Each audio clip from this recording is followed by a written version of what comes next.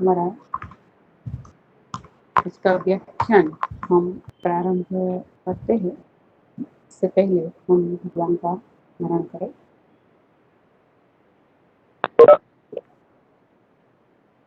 नीति प्रवीण निगमागम शास्त्र बुद्ध राजाधिराज रघुनायक मंत्रिवर्य सिंदूर चर्चित कलेवर नैष्ठिकेन्द्र श्री रामदूत हनुमंधर संकट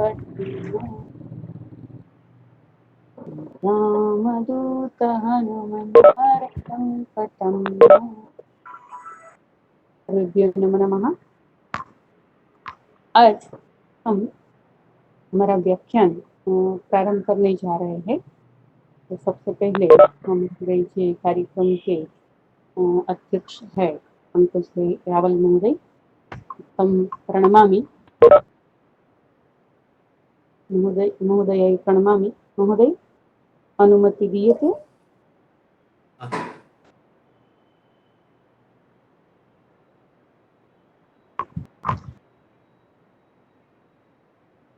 हरि ओम। हरि ओम। हाँ, अहं पंकज वदामि, श्रूयते सर्वैः? हाँ, अस्तु। प्रारम्भं कुर्याम्। आं महोदय।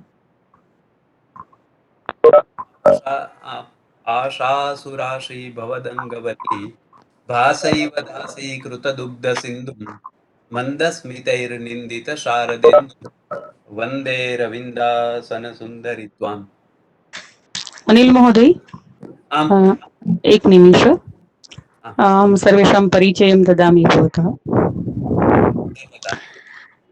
अद्य आज के हमारे व्याख्याता डॉक्टर अनिल भाई द्विवेदी है और आज का विषय है संस्कारों का पंच महाभूत पर प्रभाव। महोदय है वो जामनगर की महिला महाविद्यालय है, उसमें प्राध्यापक के रूप में कार्य कर रहे हैं और कृष्ण प्रेमी है। कृष्ण के लिए उसने बहुत सारे काव्य भी लिखे हैं, उसकी बुक भी छपी हुई है और भागवत पर विशेष उसका अनुराग है।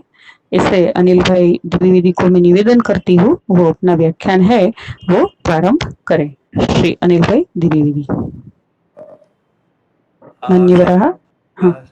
सर्वथा आशासुराशी भवदङ्गवल्ली भासैव दासीकृतदुग्धसिन्धुं मन्दस्मितैर्निन्दितशारदेन्दुं वन्दे रविन्दासनसुन्दरि त्वाम्। सरस्वतीं प्रणम्य तत्रादौ प्रथम ज्योतिर्लिङ्गेभ्यः शिवेभ्यः नमो नमः।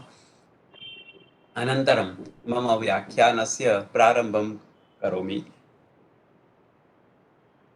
मम विषयः वर्तते संस्कारस्य प्रभावः। संस्कारस्य प्रभावः केन प्रकारेण कुत्र भवति? संस्कारस्य प्रभावः पंचमहाभूतेषु इति मम विषयः।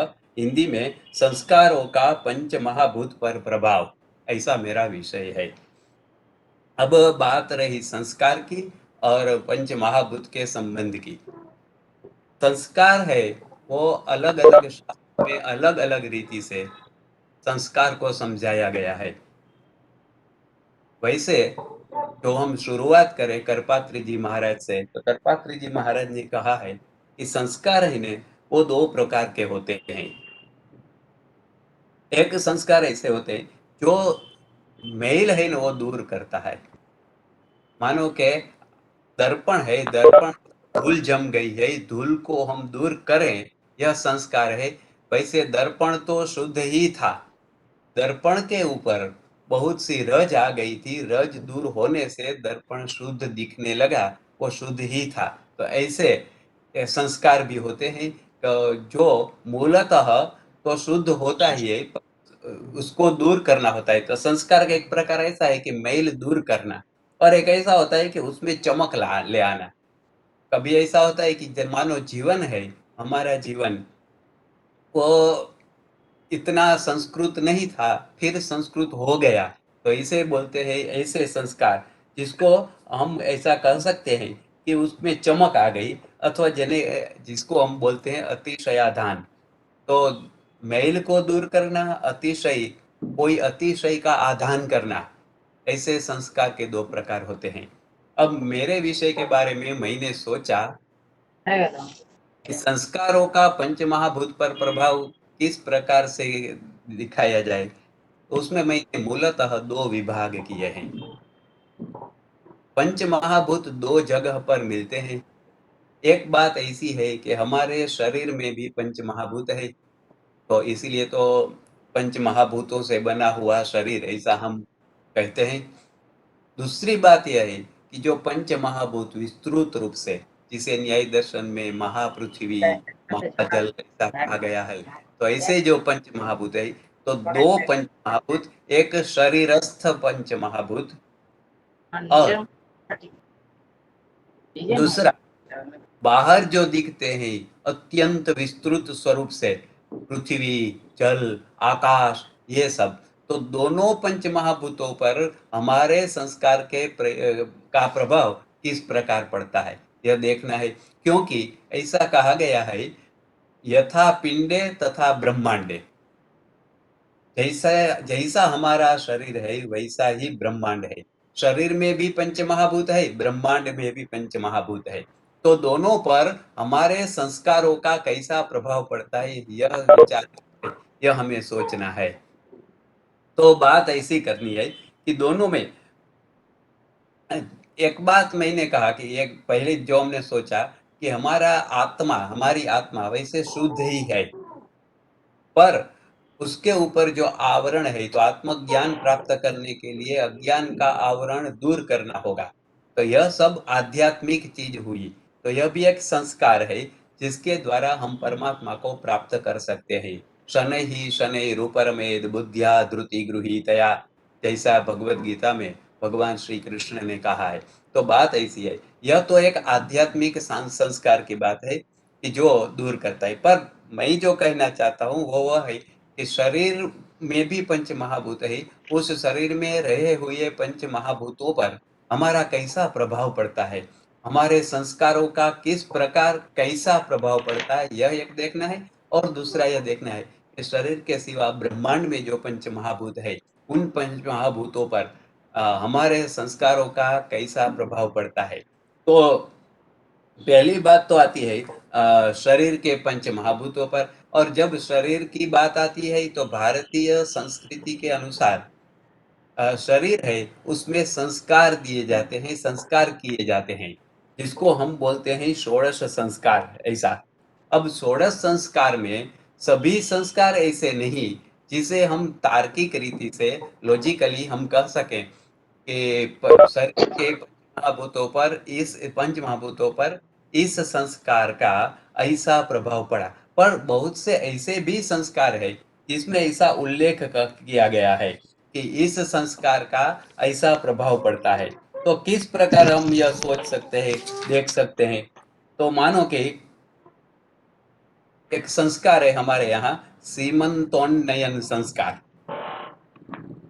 तो उसमें ऐसा कहा है कि सीमंतोन्नयन संस्कार में क्या होता है कि घृत युक्त यज्ञ अवशिष्ट सुपाच्य पौष्टिक चरु, खीर जिसे बोलते हैं, वो स्त्री को खिलाया जाता है। तो सीमंतोन्नयन संस्कार में खीर खिलाया जाता है। अब इसके द्वारा ऐसा संकेत किया गया है कि प्रथम वर्ष पर्यंत ऐसा ही सुपाच्य भोजन, पौष्टिक भोजन देना चाहिए, इस प्रकार। तो यह संस्कार ऐसा संस्कार है जो स्त्री और बालक दोनों के शरीर पर प्रभाव डालता है। तो शरीर में जो पृथ्वी तत्व है, शरीर में जो वायु तत्व है, ऐसे पंच महाभूत के जो जिसको लागू होता है, ऐसे पंच महाभूत पर, शरीर के पंच महाभूतों में मानो वायु और पृथ्वी तत्व, वायु तत्व, इस पर इस संस्कार का प्रभाव पड़ता है। तो पहली बात तो यह है कि एक यह संस्कार है जो सीमंतोन्नयन संस्कार, और इसके द्वारा दोनों प्रभावित होते हैं, पृथ्वी तत्व और वायु तत्व। ठीक उसी प्रकार एक जात कर्म संस्कार है। तो यह संस्कार ऐसा है कि बालक का जन्म होते ही यह संस्कार किया जाता है और बालक को स्वर्ण की शलाका से अथवा ऐसा लिखा है कि अनामिका अंगुली से असमान मात्रा में मधु तथा घृत, मध और घी को चटाता है। अब ऐसा लिखा गया है कि इसमें स्वर्ण त्रिदोष नाशक है, तो वायु दोष, कफ दोष, पित्त दोष नाशक है, और घृत है वो आयुवर्धक तथा वात पित्त नाशक एवं मधु कफ नाशक है। तो इन तीनों का सम्मिश्रण देने से आयु, लावण्य और मेधा शक्ति बढ़ती है। अब लावण्य है वो रूप है, तो ऐसा हम कह सकते हैं कि रूप है वो तेज का गुणधर्म है। तो तेजो तत्व को, तेजस तत्व को वो प्रभावित करता है। तो ऐसा भी है। फिर मानो कि नामकरण संस्कार है। अब बात ऐसी है कि कभी कभी लॉजिकली तार्किक रीत से बुद्धिगम्य हम नहीं बता सकते, पर इसमें लिखा है कि इस संस्कार जो है नामकरण संस्कार, उससे उसका फल क्या है? आयुष्य और तेज की वृद्धि। तेज है वो पंच महाभूतों में से एक है, तो उसकी वृद्धि होती है। तो स्मृति संग्रह में ऐसा लिखा है, आयुर्वर्चोभिवृद्धिश्च सिद्धिर्व्यवहृतेस्तथा नाम कर्म फलम त्वेतत् समुद्दिष्टम मनीषिभिः। मनीषिभिः समुद्दिष्टम, उसमें आयुर्वर्चः अभिवृद्धिश्च, आयुष की वृद्धि होती है, तेज की भी वृद्धि होती है। तो तेज की वृद्धि नामकरण संस्कार से, पर यह कोई जैसे बोलते हैं कि बौद्धिक नहीं है। मानो कि हम कह सकते हैं इंद्रियाणि पराण्याहुः इंद्रियेभ्यः परं मनः, मनसस्तु परा बुद्धिर्यो बुद्धेः परतस्तु सः। कुछ एक बातें ऐसी होती है जो बुद्धि गम्य नहीं होती है, श्रद्धा गम्य होती है। तो ऐसा कहते हैं कि नामकरण संस्कार से तेज की वृद्धि होती है। तो नामकरण संस्कार वो ऐसा संस्कार है जिसमें पंच महाभूतों में से तेजस तत्व की वृद्धि वो करते हैं, होती है। अब इसके बाद का एक संस्कार है जो भी पंच महाभूतों को प्रभावित करता है। इस संस्कार का फल, यह संस्कार है निष्क्रमण संस्कार, बाहर ले जाना बालक को। तो बालक का पिता है वो कामना करता है, शिवेते ताम द्यावा पृथ्वी, शिवे तेस्तां द्यावा पृथ्वी असंतापे अभिश्रियौ, शं ते सूर्य आतपतु, शं वातो वातु ते हृदे, शिवा अभिक्षरन्तु त्वापो दिव्यापयस्वतीः। इसमें जल तत्व की बात है, इसमें वायु तत्व की बात है, इसमें सूर्य तेजस तत्व की भी बात है।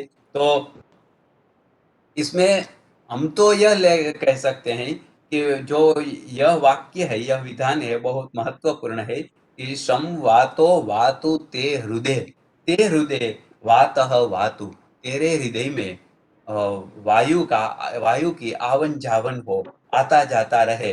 तो प्राण तत्व है जो वायु तत्व है वो बाहर जाने से प्रभावित होता है। किस तरफ प्रभावित होता है? तो बाहर का जो वायुमंडल है, बाहर की जो हवा है वो शुद्ध होती है, पवित्र होती है। वैसे तो यह ऐसा है कि शहर में तो ऐसा हम नहीं बोल सकते, नहीं कह सकते, पर ऐसी जगह हो कि बाहर जाने से, घर से बाहर के का वातावरण अच्छा होता है, तो वहां से बाहर जाने से बाहर की वायु प्राणवायु रूप से बालक है वो ग्रहण करेगा, तो उसका वो वायु तत्व प्रभावित हो जाएगा। ऐसा कहा है। इसीलिए वो कहते हैं कि शमते सूर्य आतपतु। यह तो ठीक है कि सूर्य का आतप है वो बालक के शरीर पर कैसा, वो तो ठीक है, ऐसा नहीं, पर इसमें जो वात ते हृदय, तो हमारा जो विषय है उसमें यह लागू होता है कि वायु है वो जब फेफड़ों के अंदर शुद्ध वायु जाएगी तो बालक को वो फायदा होगा। तो ऐसा निष्क्रमण संस्कार है, उसका भी हमारे शरीर के पंच महाभूतों में से वायु तत्व पर प्रभाव डालता है। अब मानो कि ऐसे और भी संस्कार है कि जिसके बारे में हम कह सकते हैं, बहुत सा ऐसा कहा गया है। मानो कि एक और संस्कार हम ले ले, कि कर्ण वेधन संस्कार है, चूड़ाकरण संस्कार है। चूड़ाकरण संस्कार में ऐसा कहा गया है कि इसका फल यह है कि बल, आयु तथा तेज की वृद्धि करता है। यह भी तेजस तत्व को प्रभावित करता है। कर्णवेधन संस्कार है, उसमें कहते हैं कि सूर्य की किरणें कानों के छिद्र से प्रविष्ट होकर बालक को पवित्र करती है और तेज संपन्न बनाती है। तो उसमें भी तेज की ही बात है कि सूर्य की किरणें कानों के छिद्र से प्रविष्ट होकर बालक को पवित्र करती है और तेज संपन्न बनाती है। तो ये जो सब संस्कार है, और भी संस्कार है, वेदारंभ संस्कार, उपनयन संस्कार, पर मैंने जो कहा इतने संस्कारों में हम ऐसा कह सकते हैं कि हमारे शरीर में जो पंच महाभूत है, उन पंच महाभूतों को इस प्रकार ये सब संस्कार प्रभावित करते हैं। पहली बात तो यह हुई। तो यह हमारी परंपरागत भारतीय संस्कृति जो है, और भारतीय संस्कृति में जो ऐसा विधान है षोडश संस्कार का, यह सब विधान, इसके ये षोडश संस्कार के बारे में हमने सोचा तो हम कह सकते हैं इनमें से कुछ एक ऐसे संस्कार है जो शरीरस्थ पंच महाभूतों में से एक, दो या तीन महाभूतों को प्रभावित करते हैं ये सब संस्कार। और अंतिम संस्कार जो होता है अंत्येष्टि संस्कार, वो पंच महाभूत विलीन हो जाते हैं। तो इस प्रकार यह हमारी भारतीय संस्कृति के षोडश संस्कार के माध्यम से देखा। अब मानो हम आयुर्वेद की बात करते हैं। अब बात क्या है, संस्कार की माने, अब षोडश संस्कार को छोड़ दे, अब संस्कार माने अच्छी आदत। अब हम यह बात करेंगे कि जो बालक को सिखाया जाता है, संस्कृत बनाया जाता है, तो हम अच्छी-अच्छी बातें बताते हैं, ऐसा करना चाहिए, ऐसा करना चाहिए। और ये बातें ऐसी होती है, व्यवहार से गम्य होती है। ऐसे बहुत कहने पर नहीं, पर व्यवहार से, और कभी-कभी ऐसे मौके पर बात करने से बालक के मन में वो ठहर जाती है, और बालक को ही संस्कार देना चाहिए। हमारे हितोपदेश में कहा है, यन्नवे भाजने लग्नः संस्कारो नान्यथा भवेत् कथाच्छलेन बालानां नीतिस्तदिह कथ्यते। तो अब हम जो बात करने जा रहे हैं वो ऐसी बात है कि संस्कार, बात तो वही है जो चालू है कि शरीरस्थ पंच महाभूतों पर क्या प्रभाव होता है। तो अब हम लेते हैं मानो कि आयुर्वेद के संस्कार। आयुर्वेद पढ़ाना नहीं, पर आयुर्वेद की बात कोई-कोई हम कह देते हैं कि देखो ऐसा करना चाहिए, इस प्रकार खाना चाहिए, इस प्रकार नहीं खाना चाहिए। तो ऐसी-ऐसी जो बातें होती है, उसका शरीरस्थ पंच महाभूत पर बहुत सा प्रभाव, गहरा प्रभाव पड़ता है। मानो कि वाग्भट ने ऐसा कहा है आयुर्वेद में कि पानी उतावली से जल्दी-जल्दी मत पीना चाहिए। पानी घूँट-घूँट कर पीना चाहिए। एक-एक घूँट करके पानी पीना चाहिए। तो इसका मीनिंग क्या है कि घुट-घुट कर पानी पीने से वायु का प्रकोप नहीं बढ़ता है। एक साथ पानी पीने से वायु का प्रकोप बढ़ जाता है। तो हमारे शरीर में जो वायु तत्व है, उसको नियमित संयमित रखना हो, तो घुट-घुट कर पानी पीना चाहिए। एकदम नहीं पीना चाहिए। तो यह बात जो है, यह एक संस्कार है, और उस इस संस्कार का प्रभाव शरीर के वायु तत्व पर पड़ता है। खाने की जो बात है तो पृथ्वी तत्व है, जल तत्व है, पानी पीना, यह तो मूल तो जल तत्व की बात है, तो जल तत्व को भी प्रभावित करता है। तो किस प्रकार पानी पीना चाहिए, कितना पीना चाहिए, क्या खुराक लेनी चाहिए, क्या नहीं लेनी चाहिए, ये सब जो बात है, इन बातों को आयुर्वेद में विस्तार से, और आयुर्वेद का तो सिद्धांत है स्वस्थस्य स्वास्थ्य रक्षण। आयुर्वेद का सिद्धांत है, बीमारों का इलाज करना नहीं, बीमार ही न हो, स्वस्थ लोगों के स्वास्थ्य का रक्षण करना। तो इसीलिए वहाँ दिनचर्या दी गई है, सब कुछ दिया गया है। तो यह भी ऐसा है कि हमारे शरीर पर जो प्रभाव पड़ता है, ऐसे आयुर्वेद के जो संस्कार होते हैं, आयुर्वेद की बातें होती है, उनका भी प्रभाव, इन बातों का भी प्रभाव हमारे शरीरस्थ पंच महाभूतों पर होता है। ठीक उसी प्रकार एक बात ले लें काव्य शास्त्र के संस्कार की। जैसे कि मम्मट ने ऐसा कहा है कि काव्य के हेतु मम्मट ने दिखाए, और वहाँ कहा है कि शक्तिर निपुणता लोक शास्त्र काव्याद्यवेक्षणात् काव्यज्ञ शिक्षयाभ्यास इति हेतुस्तदुद्भवे, वहाँ शक्ति का अर्थ दिया है, शक्ति ही कवित्व बीज रूपः संस्कार विशेषः, याम विना काव्यम न प्रसरेत प्रसृतम व उपहसनीयम स्यात्, ऐसा कहा गया है। तो बात ऐसी है कि यह जो संस्कार है उसका पंचमहाभूतों पर क्या प्रभाव होता है क्या? यह बात ऐसी है कि परोक्ष रूप से होता है, काव्यात्मक रूप से जो कोई उपदेश दिया जाता है, तो उसका तो ये ऐसा हम कह सकते हैं कि काव्य में जो शक्ति, जो कवि होता है, कवि में शक्ति होनी चाहिए, कवित्व बीज रूप शक्ति, उस शक्ति से वह काव्य की रचना करता है और काव्य की रचना आह्लादक होने से लोगों का मन उसकी तरफ अधिक जाता है, तो काव्य का पठन करने से उसके जीवन पर उसका प्रभाव पड़ता है। तो इस प्रकार हम ले सकते हैं जिसको हम बोलते हैं प्रत्यक्ष रूप से नहीं पर परोक्ष रूप से। इसीलिए तो अश्वघोष ने लिखा है, इत्येषा व्युपशान्तये न रतये मोक्षार्थगर्भाकृतिः श्रोतॄणां ग्रहणार्थमन्यमनसां काव्योपचारात् कृता। काव्योपचारात् कृतम्। मैंने काव्य के बहाने ये सब कहा है, तो काव्य भी साधन बन सकता है और काव्य के द्वारा हम ऐसा कुछ ले सकते हैं कि जिसके हम कह सकते हैं कि हमारे शरीरस्थ पंच महाभूत उनका पर प्रभाव पड़ सकता है इस प्रकार। खास करके नीति की बात जो है, जो अभी हमने जो श्लोक याद किया, कि कथाच्छलेन बालानां नीतिस्तदिह कथ्यते। कथाच्छलेन, कथा के बहाने ऐसी बातें बतानी चाहिए जिसके संस्कार के कारण हमारा शरीर प्रभावित हो। और दूसरी बात यह भी है संस्कार की बात ऐसी है कि संस्कार है ने वो रूढ़ हो जाते हैं और हम मानते हैं कि जन्म जन्मांतर के संस्कार होते हैं और ये संस्कार का परिवर्तन करना और इसमें तो देर लगती है।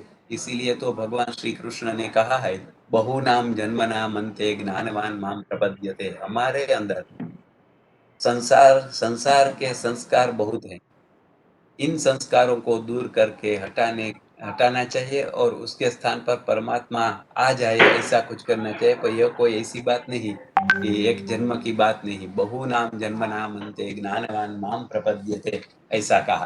तो यह आंतरिक संस्कार की बात है। हमारा विषय तो है पंच महाभूतों की। तो अभी तक हमने जो सोचा, हमने जो चर्चा की, वो ऐसी की कि शरीर है वो भी ब्रह्मांड का ही एक छोटा सा स्वरूप है, लघु आवृत्ति है और शरीर में भी पंच महाभूत है।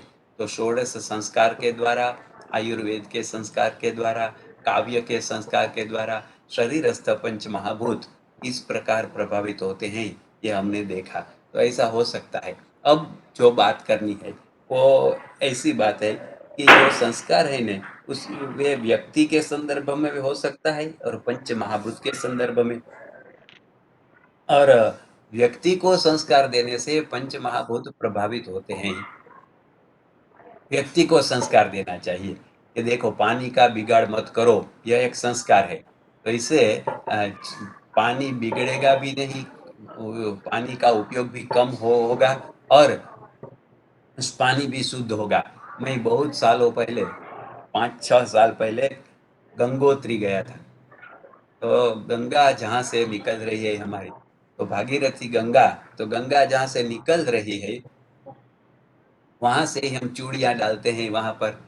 वैसे श्रद्धा है, नहीं करना चाहिए ऐसा नहीं, पर बात ऐसी है कि वहाँ से ही हम यह सब कर देते हैं, तो यह ठीक नहीं है।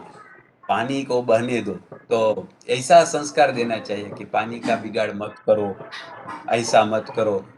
जिसको आज के शब्द में हम कहें तो पर्यावरण की शुद्धता, पर्यावरण की रक्षा, इसके बारे में बालक को संस्कार देने चाहिए।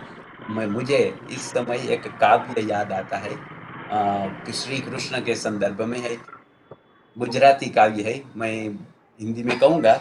गुजराती में ऐसा है, एक बार क्या हुआ कि यशोदा जी वो कपड़े धो रही थी।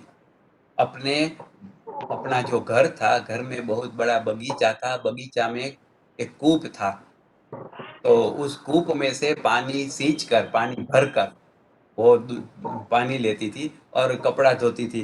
तो इसको देखकर श्री कृष्ण ने क्या कहा, बाप महीनी छोड़ी वाव, कपड़ा धोवा यमुना आओ, सींचवानी ना माथा कोट, पानी पण छे खूटम खूट। कृष्ण क्या कहते हैं कि हे मैया यशोदा मैया, तू हमारे बगीचे के वाव है, जो कूप है, उससे पानी सींच सींच कर तू कपड़े धोती है, तो ऐसा मत कर। तू यमुना के तट पर आ जा और यमुना के तट पर सब कपड़े धोने के लिए आ जा, क्योंकि वहाँ पानी बाहर खींचने की कोई मेहनत करनी नहीं है और वहाँ पानी भी बहुत सा बह रहा है, तो तू वहाँ आ जा।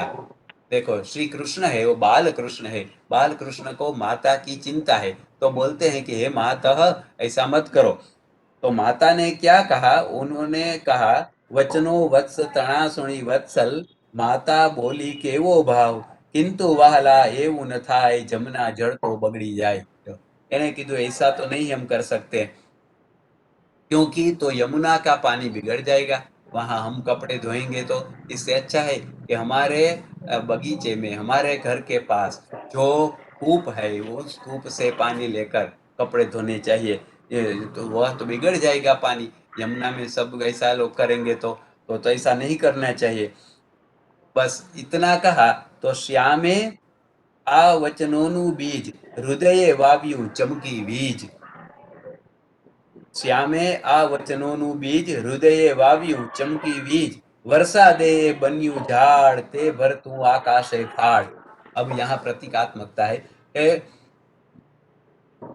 जब ऐसा यशोदा ने कहा, तो यह बात है वो बीज रूप बात थी कि पानी का बिगाड़, पानी को अशुद्ध नहीं करना चाहिए। यह बीज था, वो बीज श्याम ने, श्री कृष्ण ने अपने हृदय में बो दिया, और वो फिर तो क्या हुआ कि चमकी बीज, और बीज हुई, और बिजली और बरसात भी आया, बारिश भी आई। तो हृदय, श्री कृष्ण के हृदय में जो बीज बोया गया था, उस बीज के अनुरूप वातावरण मिला, और वातावरण मिला तो बीज वृक्ष बन गया। तो इसका अर्थ यह है कि श्री कृष्ण के मन में ऐसा मात्र यमुना जल के लिए नहीं, यमुना जल शुद्ध हो अशुद्ध न हो, ऐसा जो बीज बोया गया था वो बीज बड़ा हो गया, वट वृक्ष हो गया। अब तो वो आकाश में लहराने लगा, अर्थात श्री कृष्ण के मन में ये जो विचार है वो बहुत विस्तृत हो गया। तो क्या हुआ, नहीं केवल कालिंदी आखी, कुदरत ने आ श्यामे राखी, जड़ चेतन ने सौने आप्यो, प्रेमल स्वर ए सौवे चाख्यो।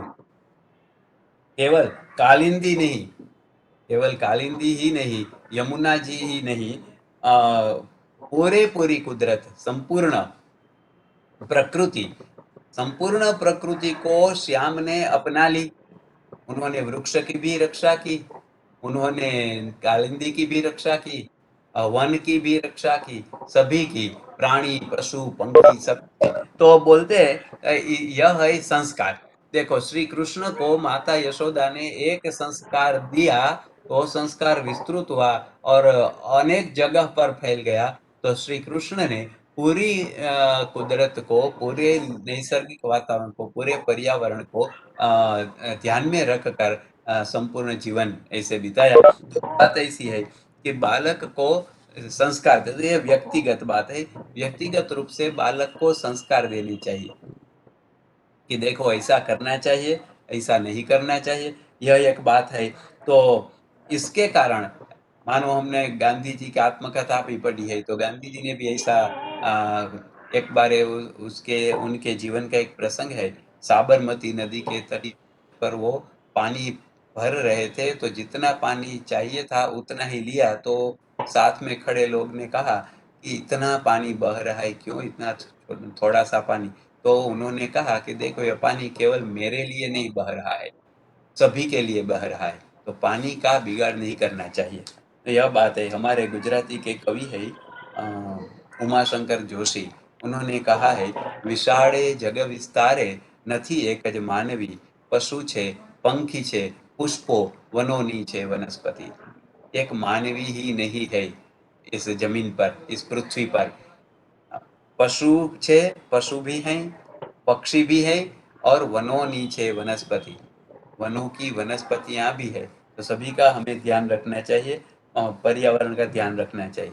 तो पहली बात यह हुई कि अगर हम संस्कार दें बालक को, किसी भी व्यक्ति को अच्छी बातें बताएं और उसके दिमाग में अगर वो ठहर जाए तो पंच महाभूत पर अच्छा असर डाल सकता है, प्रभाव डाल सकता है।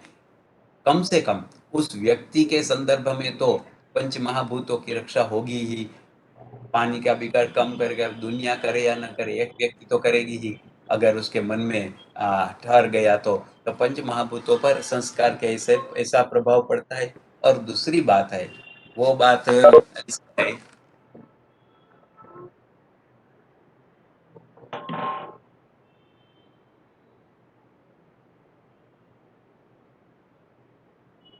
तो दूसरी बात ऐसी है कि जैसे व्यक्तिगत संस्कार की बात है, वैसे समुदायगत संस्कार भी हो सकते हैं। समुदायगत संस्कार का अर्थ क्या है कि कोई समाज है, कोई वर्ग है, बहुत से ऐसे संकुल होते हैं, तो उसमें जो बात बताई जाती है उसका भी असर पड़ता है। ये काम कौन कर सकते हैं? ज्यादातर नेता लोग होते हैं, राजा होते हैं, गुरु होते हैं, अन्य संगठन, ऐसे लोग। यह आज के शब्द में हम कहें तो जन जागृति। ऐसा मानो कॉलेज है, तो हमारे कॉलेज में बात जो करेंगे तो दो एक विद्यार्थियों को तो मन में ठहर जाएगी, तो यह संस्कार पड़ेगा तो पंच महाभूतों पर प्रभाव डालेगा। ऐसा है। तो समुदायगत भी हो सकता है। तो ऐसे बहुत से काम हो भी रहे हैं। और आप आधुनिक संदर्भ में अगर हम देखें तो ऐसी बात है कि अब क्या है कि इसको हम बोलेंगे पर्यावरण, क्योंकि यह सब है ना, वो पर्यावरण के अंतर्गत आता है आज के शब्द में हो। तो आज के शब्द में जिसको हम पर्यावरण कहते हैं, तो उसके रक्षण के लिए गवर्नमेंट ने भी बहुत सा काम किया है। मानो जंगल विभाग है जो फॉरेस्ट, वो भी काम करता है, पर्यावरण विभाग भी है, एक जमीन संरक्षण विभाग भी है, और प्रदूषण नियंत्रण बोर्ड भी है, राज्य संयुक्त बोर्ड भी है, मध्यस्थ प्रदूषण नियंत्रण बोर्ड भी है। ऐसे बहुत सी संस्थाएं, ऐसे बहुत से बोर्ड, वो जो सरकार के हैं, वे सब यह काम कर रहे हैं। तो वो क्या है, जन जागृति का काम कर रहे हैं और लोगों को बता रहे हैं। तो सामुदायिक रूप से यह संस्कार डाले जाएंगे तो उसका व्यक्तिगत से अधिक प्रभाव पड़ेगा। तो ऐसी भी बात है। और इसके सिवा जिसको हम बोलते हैं कि स्वैच्छिक संस्थाएं भी हैं जो ऐसा काम कर रही है। तो स्वैच्छिक संस्थाओं में भी यह सब चलता है। बात ऐसी है कि पंच महाभूतों के संदर्भ में यह सब देखा जाए तो अब लोगों में जागृति आ रही है और ऐसे संस्कार दिए जाते हैं। तो पर यह ऐसी कोई नहीं, व्यक्तिगत नहीं है, कैसी बात है, सामुदायिक बात है। तो समुदाय रूप से भी हम यह सब कर सकते हैं। यह भी एक बात है। और एक बात ऐसी भी है कि आजकल क्या है कि हम जानते हुए भी यह सब धीमी धीरे धीरे कर सकते हैं, धीरे गति से हम कर सकते हैं, क्योंकि हमारे हमको ऐसा है, विकास भी करना है। और आज के संदर्भ में विकास है वो ज्यादातर विनाश की ओर ही ले जाता है। आज के संदर्भ में ऐसा है तो आर्थिक विकास के साथ बहुत से प्रश्न भी पैदा होते हैं। सबसे बड़ा जो प्रश्न है वो पोल्यूशन का है, प्रदूषण का है। हवा का प्रदूषण है, जमीन का प्रदूषण है, पानी का प्रदूषण है, यह सब होता है। अब क्या है कि मानो नगरीकरण, हम ग्रामीकरण त्याग नया बोलते हैं ना, कि सब नगर की संस्कृति बढ़ती जा रही है। तो यह इसके कारण भी पंच महाभूतों पर विपरीत प्रभाव पड़ता है। वन विनाश हो रहा है, वन भी कम हो रहे हैं, जमीन के उपयोग में भी हम परिवर्तन कर रहे हैं, तो इसका भी बुरा प्रभाव पड़ता है। औद्योगिकीकरण का भी बुरा प्रभाव पड़ता है। तो इन सभी कारणों से ऐसा होता है कि पंच महाभूतों पर बुरा असर आता है, उसको अच्छे असर में परिवर्तित करने के लिए हमें क्या करना चाहिए, क्या होना चाहिए, तो यह सब जानना आवश्यक है। और इसके कारण तो वैसे तो बहुत अच्छा किया है अब तो क्या है कि बहुत सालों से यह सब प्रचार हो रहा है, तो छोटे-छोटे बालकों के मन में भी होता है कि नहीं, वृक्षारोपण करना चाहिए ऐसा।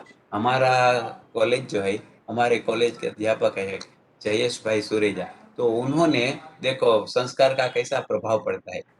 उन्होंने जब वे प्राइमरी में थे तब उन्होंने सुना कि वृक्षारोपण करना चाहिए, फिर उन्होंने ठान लिया। तो एक ही व्यक्ति ने उन्होंने हमारे एरिया में 250 वृक्ष अपने हाथों से उन्हें बड़े किए हैं और बोए भी है, बड़े भी हो गए हैं, आज भी वो रोड पर लहरा रहे हैं। तो उनको यह शौक हो गया कि देखो वृक्षारोपण करना है, तो यह एक संस्कार है। इसके हवा भी शुद्ध होगी, ताप भी कम होगा, तो ऐसा सब हो रहा है। तो आज के आधुनिक संदर्भ में हमें देखना हो तो पंच महाभूतों की बात इस प्रकार की जा रही है। पहली बात तो यह है अवकाश की। अवकाश का शुद्धिकरण भी आवश्यक है। अवकाश का अर्थ है कि हमारा जो वातावरण है, वातावरण के बाहर जो अवकाश है, उसमें उपग्रह आदि सब कुछ घूम रहे हैं। तो कई उपग्रह टूट गए हैं, तो अवकाश में भी अब ऐसा हो गया है कि बहुत सा भंगार वहाँ पड़ा है। तो उसके लिए भी सोच रहे हैं, दुनिया सोच रही है, अच्छी बात है।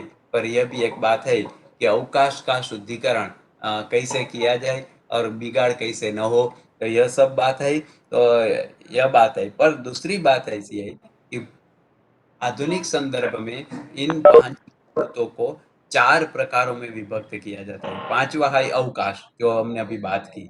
तो 4 है, वो है वातावरण है, जलावरण है, मृदावरण है और जैव आवरण है। तो ये सब पंच महाभूतों के संदर्भ में है। वातावरण है जो, उसमें क्या है, वात का आवरण, पवन, पवन का प्रदूषण कम हो ऐसे संस्कार देने चाहिए कि देखो बहुत ऐसा नहीं करना चाहिए।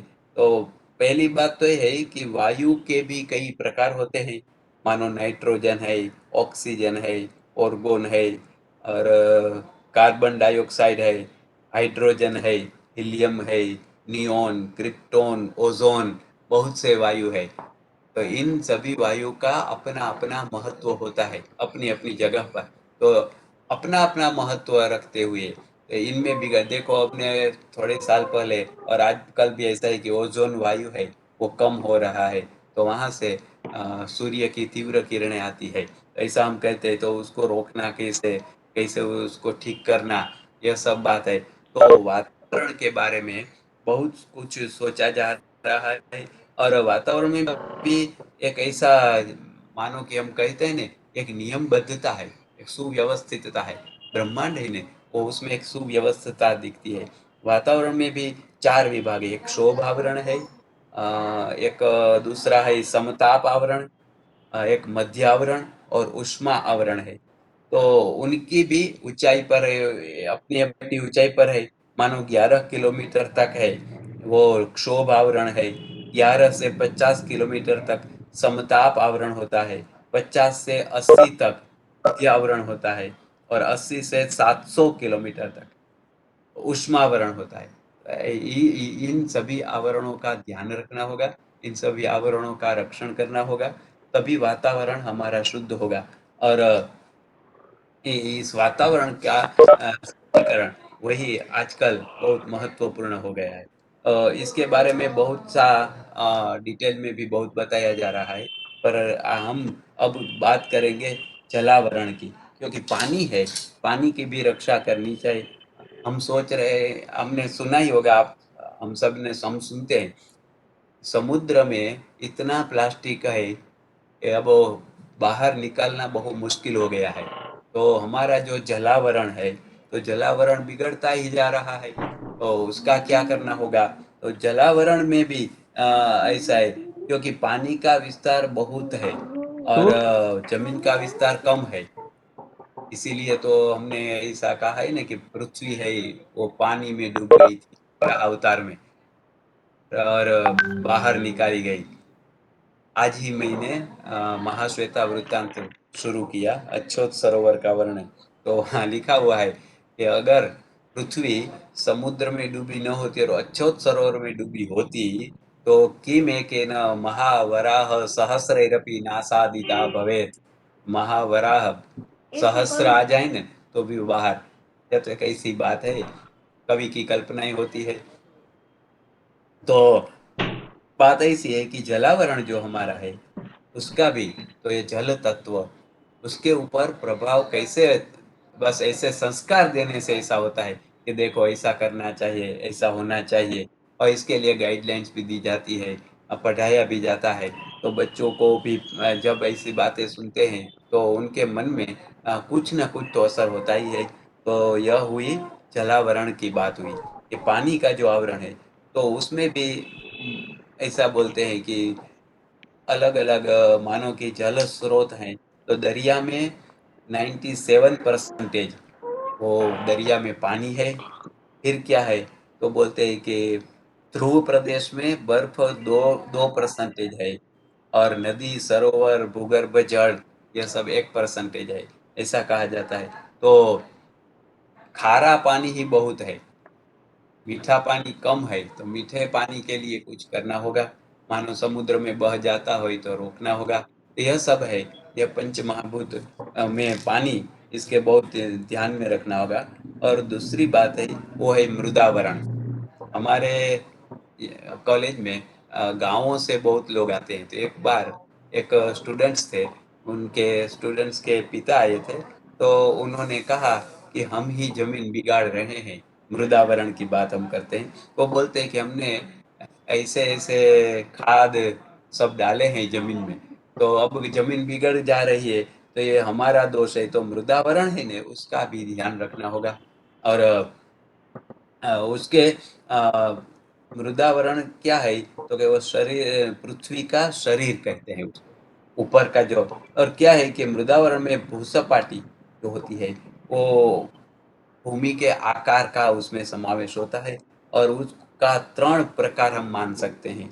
एक है भूकवच जिसको भूस्तर बोलते हैं, एक प्रावरण बोलते हैं, और एक अंतर्भाग बोलते हैं। तो मृदावरण की रक्षा इसलिए की जानी चाहिए कि माटी बहुत धीरे धीरे बनती है। मिट्टी जो होती है, और मिट्टी का निर्माण ऐसे नहीं होता, तो मिट्टी का बिगाड़ भी कम करना चाहिए। तो यह है मृदावरण। ऐसे ही होता है जैव आवरण। तो जैव आवरण में भी, क्योंकि जीवो जीवस्य जीवनम, इस प्रकार जीव है ना वो उपयोगी भी है, तो यह भी करना होगा। तो बात ऐसी है कि इनकी भी रक्षा करनी होगी, जीवों की भी। जो हम फिर से दोहराए, तो उमाशंकर जोशी ने जो लिखा है वो ठीक लिखा है कि इस पृथ्वी पर एक मानव ही नहीं है केवल, मानव के सिवा भी बहुत है। तो सभी का यहाँ हक है। मैं एक प्रसंग याद आता है, हरिवंश राय बच्चन जी जो थे हमारे कवि, तो उन्होंने हॉस्टल में एडमिशन लिया था और वो बाहर पढ़ रहे थे। अब एक बार कुछ छुट्टियां थी, तो छुट्टियों पर घर पर आए, तो वहाँ बारी में कुछ कांच टूटा हुआ हॉस्टल की बारी में, तो वहाँ से एक कबूतर आ गया और उन्होंने वहाँ अपना नीड़ बनाया, कबूतर ने घोंसला बनाया। और जब छुट्टियां खत्म हुई और बच्चन जी अपने हॉस्टल में गए, उनको तो पता ही नहीं था। उन्होंने तो ताला खोलकर जब द्वार उद्घाटित किए, खोले, तो सामने ही कबूतर का जो घोंसला था, तो उसमें कबूतर था, कबूतरी थी। छोटे छोटे बच्चे थे तो सब डर गए, एकदम भयभीत हो गए, और एकदम भय से वो देखने लगे।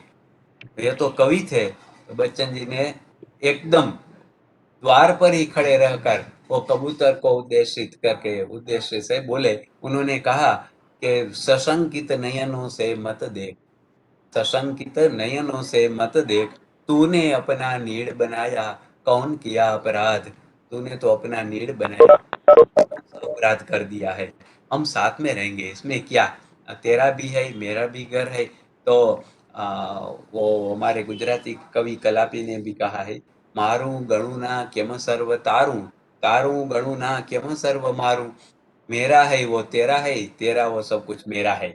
हमारे यहाँ लाठी के कवि हो गए हैं।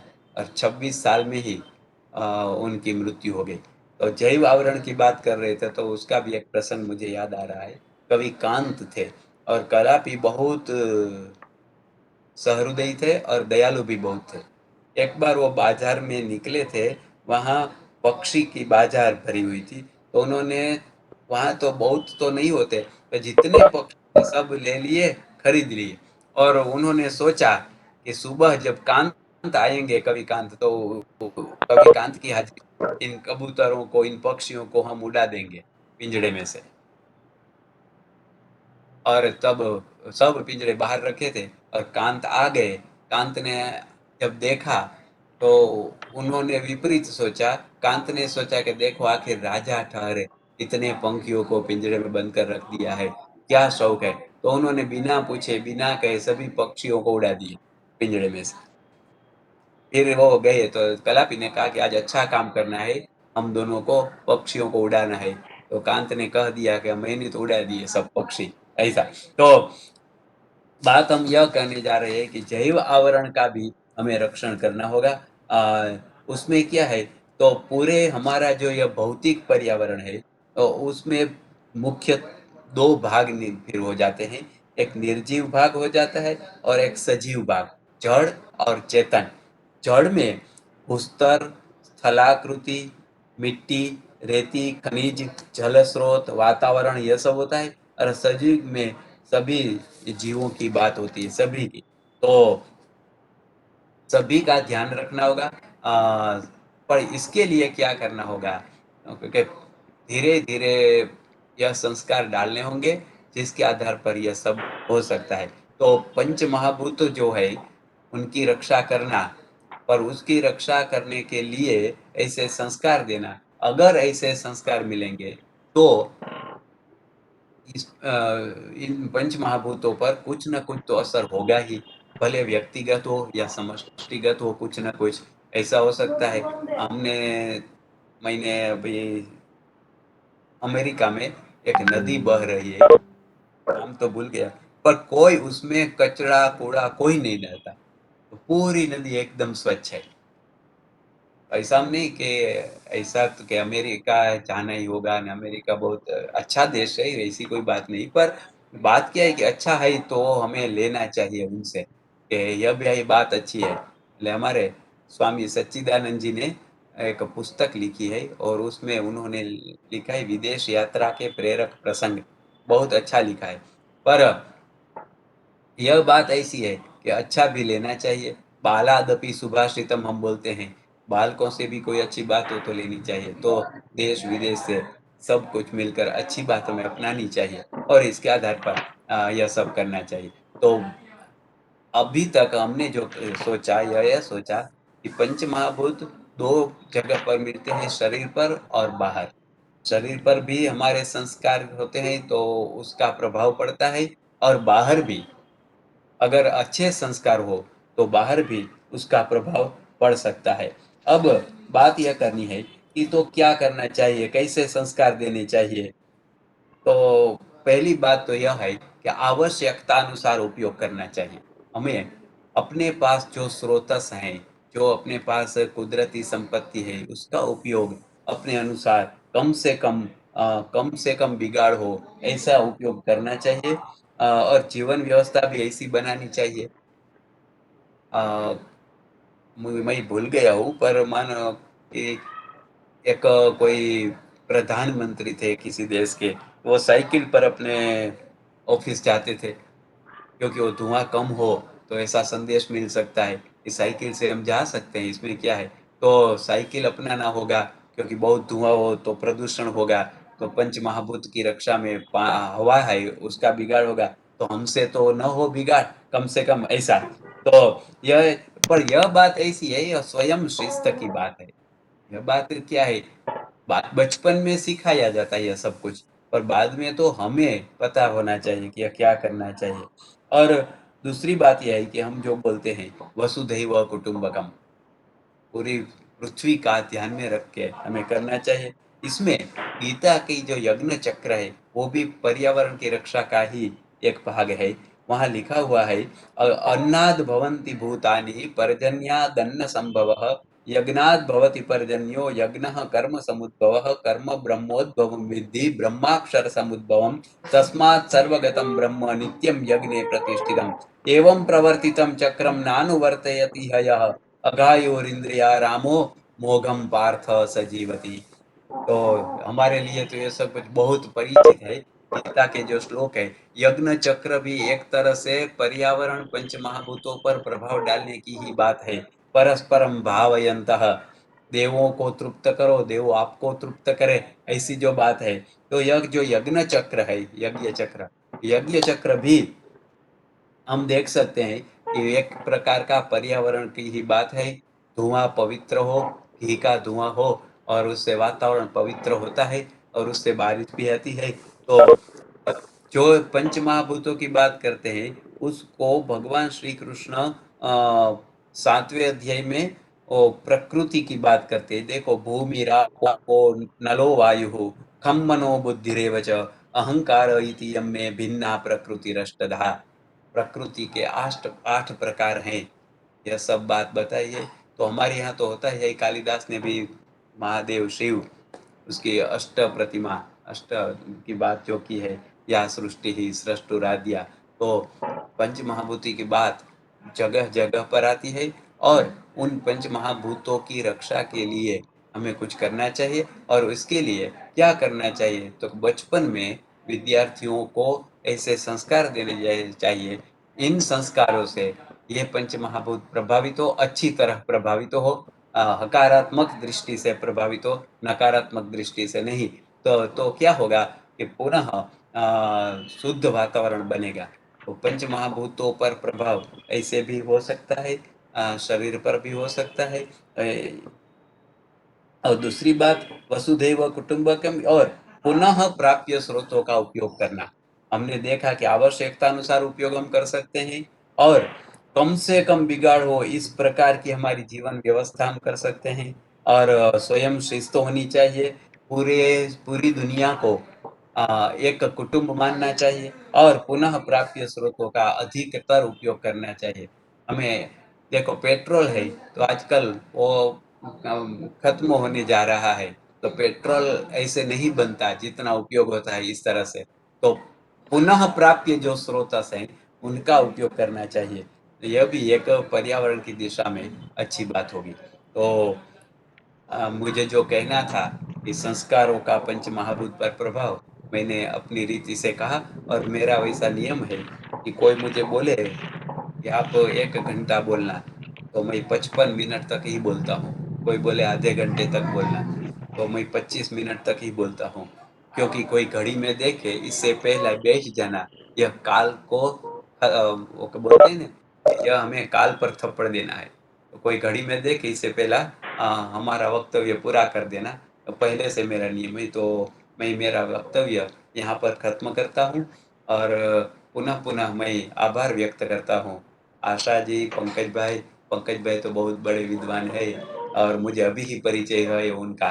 तो इन सभी विद्वानों के बीच बोलने का अवसर प्राप्त हुआ। भगवान सोमनाथ के प्रति कृतज्ञता व्यक्त करता हूँ। आशा भगिनी के प्रति भी कृतज्ञता व्यक्त करता हूँ और हाँ सभी के महोदय, प्रति तो, मेरा धन्यवाद महोदय। मैं पूरा करता हूँ। हाँ महोदय, किसी को कुछ प्रश्न है तो वो पूछ सकते हैं ना आपसे? हाँ हाँ, जरूर, इसमें क्या है। हाँ ठीक है। हाँ, किसी को कुछ प्रश्न है क्या? कोई पूछना चाहता है कुछ? प्रणाम अनिल सर, नमस्ते। नमस्ते। बस मुझे कुछ एक बात बतानी थी, आपसे जाननी थी कि जी 16 संस्कार जो हमारे उसमें अंत्येष्टि संस्कार है लास्ट, जी तो उसमें एक ऐसा है कि हमारे जो सनातन हिंदू धर्म में ये संस्कार इतना अगत्य है कि जब हम अग्नि संस्कार करते हैं तो हमारा जो पंच महाभूत से बॉडी बना है वो पांचों पांच वो हाँ विलीन हो जाते हैं हाँ ब्रह्मांड में। हाँ, बिल्कुल। तो इससे ये एक इतना बड़ा संस्कार है, जैसे अन्य धर्म में क्या करते हैं कि दफनाया जाता है या तो कुछ भी करते हैं तो जी उससे वातावरण खराब होता है। हाँ, बिल्कुल। तो ये अग्नि संस्कार भी इतना मतलब पंच महाभूत में विलीन हो जाता है हमारा पूरा शरीर, तो ये भी एक बहुत हाँ, बड़ी इस सृष्टि की हम नहीं सेवा कर बहुत, रहे हैं। नहीं, बिल्कुल आपकी बात बड़ी अच्छी बात है और सही बात है। आप ठीक कहते हैं ललित जी। क्या यही तो है ना कि हमारा ये बहुत अच्छी बात है कि हम ऐसे अग्नि दाह देकर पंच महाभूतों में विलीन कर देते हैं। हाँ बराबर जी, है। हाँ जी। बिल्कुल। ओके, जी जी, थैंक यू। बहुत अच्छी बात। हाँ, चलो तो धन्यवाद महोदय। मैं पंकज गुरु जी को निवेदन करती हूँ कि वो हमें कुछ बताना चाहते हैं, तो जी माननीय डॉक्टर पंकज भाई महोदय। श्री सरस्वती नमः। आज के हमारे व्याख्यान के प्रधान वक्ता डॉक्टर श्री अनिल भाई द्विवेदी जी, संस्कारों का मानव जीवन पर प्रभाव, इस मुख्य विषय के अंतर्गत षोडश संस्कारों का पंच महाभूतों पर प्रभाव, ऐसे उपविषय पर आज आपने मननीय चिंतनीय व्याख्यान प्रदान किया। पंच महाभूतों के प्रभाव में तो पृथ्वी, जल, तेज, वायु, आकाश, ये 5 तत्व आते हैं। जिन 5 तत्वों में आप स्वयं एक तत्व के स्वरूप अपने स्वनाम धन्य विराजमान हैं, अनिल, ऐसे पंच तत्वों में से ही एक तत्व लेते हुए आपने बाकी के 4 तत्वों के लिए भी इस विषय को सुप्रकाशित किया। विश्वविद्यालय सदैव कृतज्ञता व्यक्त करता रहेगा आपके प्रति। आपकी सुमध्यम एवं धारा प्रवाहिता शैली, वो भी इस वातावरण को, महाभूतों को प्रभावित करने वाली रही। विषय आपने जो प्रस्तुत किया है वो अत्यंत गंभीर है और पंच महाभूतों पर संस्कारों का प्रभाव, और हम एक यह भी संशोधन कर सकते हैं आज के इस विषय के माध्यम से कि जिस व्यक्ति के जीवन में समय समय पर विविध संस्कार हुए हैं, उस व्यक्ति का 5 तत्वों के प्रति कैसा व्यवहार है, और जिस व्यक्ति के शरीर पर समय समय पर इन संस्कारों की यात्रा नहीं हुई है, वो पृथ्वी के प्रति कैसा अपना दृष्टिकोण रखता है, जल के प्रति कैसा अपना दृष्टिकोण रखता है, यह भी हम देख सकते हैं। संस्कृत भाषा तो एक ऐसी भाषा है जिसमें पंच तत्वों के प्रति अधिक मात्रा में बहुत कुछ कहा गया है। मानव शरीर ही पंच महाभूतों से बना है, यह भी शास्त्र का सुप्रसिद्ध मत है। तो पंच तत्व से बना हुआ शरीर जब अंत्येष्टि संस्कार को प्राप्त होता है, तो शरीर के सब भाग अलग अलग तत्वों में विलीन हो जाते हैं। शरीर का निर्माण होता है तब पंच महाभूत एक ही स्थान में आकर मिल जाते हैं, लेकिन जब शरीर त्याग करते हैं, इस पिंड से प्राण निकल जाते हैं, तब ये सारे के सारे शरीर में रहे हुए पंच प्राण अपने अपने अलग अलग तत्व में विलीन हो जाते हैं। तो यही पंच महाभूतों का शरीर पर प्रभाव, और शरीर जो सुसंस्कृत है, संस्कारों से युक्त है, ऐसे सुसंस्कारों से युक्त शरीर का भी पंच महाभूतों पर प्रभाव होता है। पंच तत्वों का तो हमारे शरीर पर प्रभाव होता ही होता है, हम तो उनके प्रभाव में रहते हैं, सूर्योदय से लेकर दूसरे दिन के सूर्यास्त तक, नाम अहर्निशम। लेकिन मनुष्य अपनी जीवन शैली से पंच तत्वों पर कैसे प्रभाव डाल सकता है और कैसे परिवर्तन आता है उससे, वो भी हम देख सकते हैं। पहले के समय में ऋषि मुनि ऐसी तपश्चर्या करके वो जल वृष्टि करते थे। जिस स्थान में वृष्टि नहीं होती थी, तो वहां तपश्चर्या के बल पर, यज्ञ के बल पर, उपासना के बल पर, साधना के बल पर वो जल बरसाते थे। तो वो उनके सुसंस्कृत और संस्कारित शरीर का ही एक प्रभाव था, ताकि जिस प्रदेश को जल की आवश्यकता हो वहां जल भी मिले, ताप की आवश्यकता हो, तेजस्विता की आवश्यकता हो तो वो भी मिले।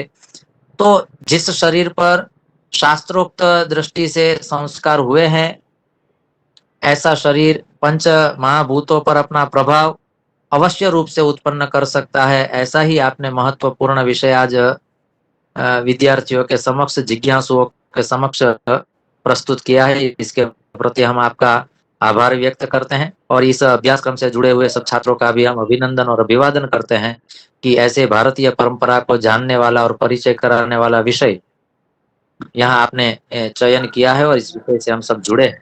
अग्रिम व्याख्यान भी हमारा महानुभाव जिन महापुरुष का होगा, उस विषय पर हम चर्चा अवश्य करेंगे। लेकिन आज आपको केवल एक सूचना यह देनी है कि जितने भी हमारे व्याख्यान होते हैं, उन व्याख्यानों के संदर्भ में आपकी जितनी भी जिज्ञासाएं होती है, हालांकि हर एक वक्ता व्याख्यान होते ही प्रश्न के उत्तर देने के लिए और हमारी जिज्ञासा को संतुष्ट करने के लिए वो सम्मुख उपस्थित होते ही होते हैं। लेकिन कभी कभी बाद में कुछ प्रश्न उत्पन्न हो, पढ़ते पढ़ते कुछ प्रश्न उत्पन्न हो, तो उन सारी प्रश्नों का समाधान करने के लिए एक हमारा जिज्ञासा सत्र होता है, जो सप्ताह में एक बार होता है। 5 या 6 व्याख्यान जब हो जाते हैं, तब एक हमारा अनुशिक्षण का व्याख्यान होता है, और उस अनुशिक्षण के व्याख्यान में हम हमारी सारी जिज्ञासाओं का समाधान करते हैं। तो अग्रिम सप्ताह में किसी एक दिन हम अनुशिक्षण का एक व्याख्यान रखेंगे। आपको पूर्व से ही यह बात इसलिए बताते हैं कि आपके जितने भी प्रश्न हो, जो अभी तक के व्याख्यान से संलग्न हो, इस विषय से संलग्न हो, और आपकी जिज्ञासा बनी रहे और उसका समाधान आपको मिले, इस आशय से हम सारी जिज्ञासाओं का समाधान करने के लिए अनुशिक्षण का व्याख्यान रखेंगे। तब जाके हम परामर्श करेंगे और इस यात्रा को ऐसे ही हम आगे बढ़ाते रहेंगे। इन्हीं शब्दों के साथ पुनः एक बार आज के वक्ता का और श्रोताजन का आभार व्यक्त करते हुए मैं अपनी वाणी को विराम देता हूँ। नमो नमः। जय संस्कृतम, जय भारतम, जय समानता। धन्यवाद महोदय। पूर्णता मंत्र के साथ हम हमारा ये कार्यक्रम पूर्ण करेंगे। ओम पूर्णमद पूर्णमिदं पूर्णात् पूर्णमुदच्यते पूर्णस्य पूर्णमादाय पूर्णमेवावशिष्यते। ओम शांति शांति शांति। हरि ओम। नमो नमः। मिलामः गुरुवासरे पुनर्मिलामः।